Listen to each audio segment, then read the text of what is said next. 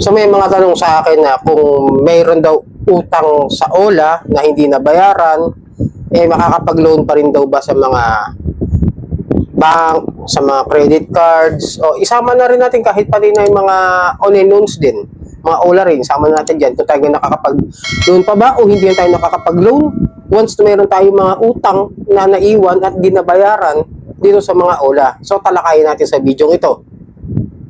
Alright, welcome back mga kadyani. Muli, maglalambing lang po muna ako sa inyo. Bago natin simulan ang ating tatalakayin, na paki-follow po ang aking mga social media account, ang Facebook, TikTok at itong aking YouTube channel. Paki-like na rin po kung nakatulong sa inyo ang video ito. Share nyo na rin sa iba para lumaganap at maraming makapanood na ating mga video para doon sa mga OLA victims na may mga ganitong klase ng katanungan. At hit nyo yung notification bell para updated po kayong lahat sa mga videos na ginagawa natin dito about sa usapang OLA. So, bago natin simulan, muli, kung kayo ay nasa Facebook o TikTok, ang buong detalye po ng video ito ay nasa aking YouTube, kaya doon na naman po tayo manood at mag-subscribe para doon natin mabuo yung detalye at yung mga informasyon na kailangan na yung malaman sa video na ito. So, may mga tanong sa akin na meron pang message sa Facebook ko at meron mga comments din sa ating YouTube channel. So, may nagtanong, Sir John, ask ko lang, kapag po ba may utang sa OLA na hindi nabayaran, makaka-apply ka pa ba ng loan sa bank or any credit cards? Isa lang din yan sa mga tanong, pero same lang din naman yung tanong niyan galing sa aking messenger. Ito rin, no? Sir, ask lang, sana if may idea ka about sa pagkuha ng credit card kay Atomet Video, ma-approve kaya kahit may utang sa OLA, di ba? Same lang. Kung may gusto kayong utangan na mga credit card o video, at isama na rin natin yung mga OLA. So, kung may mga utang kayo sa OLA na hindi nabayaran, and then, ito real talk lang, kasi marami rin medyo hindi nakakaintindi about sa CIC o sa Credit Information Corporation. Si CIC, ang lagakan o yung lagayan ng mga record natin, datas natin, doon sa mga OLA na maaaring natin nabayaran, submitting entities pala. Okay? Example natin, submitting entities. Pala, bill is Huanahan, Cash Express, Digido, yung na-rebook lang, di ba? Digido, si Hyphen, yung na-rebook. Submitting entities din yan. Maniwala kayo sa hindi. Si Mocha, submitting entities din yan. So, hindi nyo nabayaran.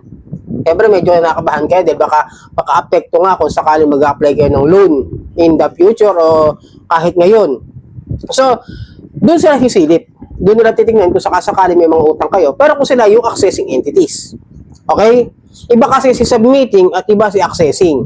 Si accessing entities na mga OLA is pwedeng sumilip dyan sa CIC kung ano yung mga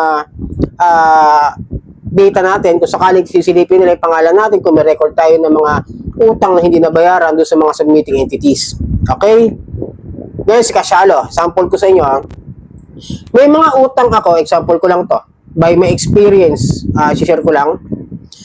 Meron ako ngayong loan kay Kasyalo na isang SEC registered, submitting entities at accessing entities by Palu Financing. Okay? Then meron din ako mga hindi nabayarang legit na OLA like the Tala at Bilis. Okay? Muli na ha, meron akong utang dyan sa Tala at Bilis. Legit yan, dalawang yan. At parehas BSP yan. Kaya medyo gusto kong gawa ng paraan. Baka magkapera, bayaran na lang ng utay-utay din kung pwede kausapin ng parasyan. Okay, balik tayo sa usapin. Ngayon, sinubukan ko to si Kasyalo. Nag-try lang ako para i-review. But then, nagulat ako na aprobahan pa rin ako ng loan. Okay ha? Hindi ko sinasabing porket may utang kayo sa ibang OLA, hindi na kayo makakautang. O kaya naman hindi na kayo magkakaroon utang at hindi na kayo pautangin. Parang ganon. Hindi ganon po yung sistema nun. It depends on the financing, lending of bank or even on the lending apps. Depende pa rin sa kanila kung mataas yung kanilang risk appetite o yung kanilang sistema na okay lang kahit may utang ka na hindi nabayaran kahit mga legit. Okay ha? Pero hindi ko sinasabi na porket nakautang ka, okay na rin sa iba. Okay, example natin si Home Credit. Experience ko rin sa inyo. Excuse me. One time, meron akong gustong kuning gadget dyan sa Home Credit 2019. Medyo matagal na, di ba? By that time, may utang din ako kay Ion. Pero, isang hulog na lang yon, last month na lang. Then, nag-try ako kay Home Credit by that year. Then, nung sinubukan kong umutang nga sa kanila ng gadget or cellphone like that, tinignan muna nung agent yung record ko, kung meron akong problema, kung meron akong record or something na hindi ko pa alam by that time. And then, sinabi sa akin, kinausap ako na, sir, kahit may pang-down ako nun, pang-down ako dun sa gadget na kukunin ko.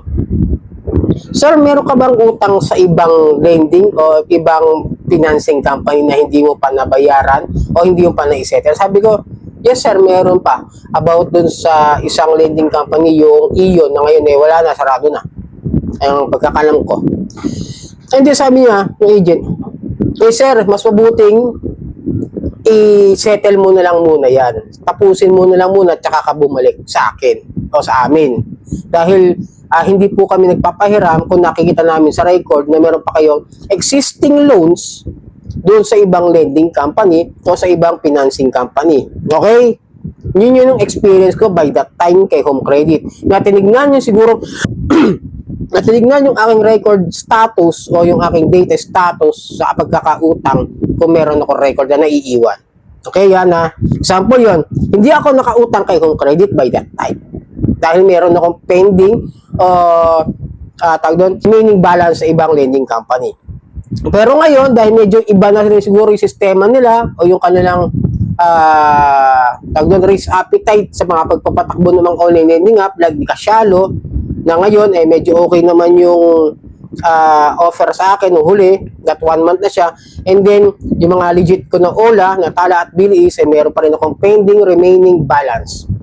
Okay, for 2 years yun, mga kadyani. For 2 years yung mga utang ko na, pero nakakautang pa rin ako.